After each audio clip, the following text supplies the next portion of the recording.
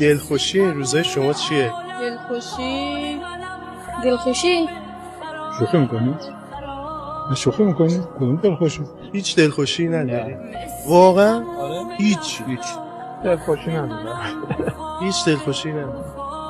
دلخوشی این روزای شما چیه؟ هیچ. واقعا؟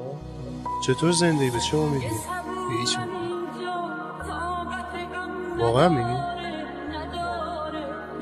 اصلا میخندی؟ دلخوشی این روزای شما چیه؟ نداره. دلخوشی نداره. هیچ دلخوشی نداری؟ میشه بپرسم به چه امیدی داری زندگی میکنی؟ زنده نیستیم که جیه. همش در دست مسائل و مشکلات روزانه بوده. گروس عزیزم یک شعری داره، زنبورها را مجبور کرده ایم از گلهای سمی اثر بیاورند و گنجشکی که سالها بر سیم برق نشسته از شاخه درخت می‌ترسد.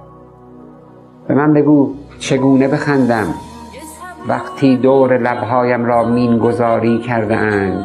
ما کاشفان کوچه های بنبستیم، حرف های خسته ای داریم. این بار پیامبری بفرست که فقط گوش کند.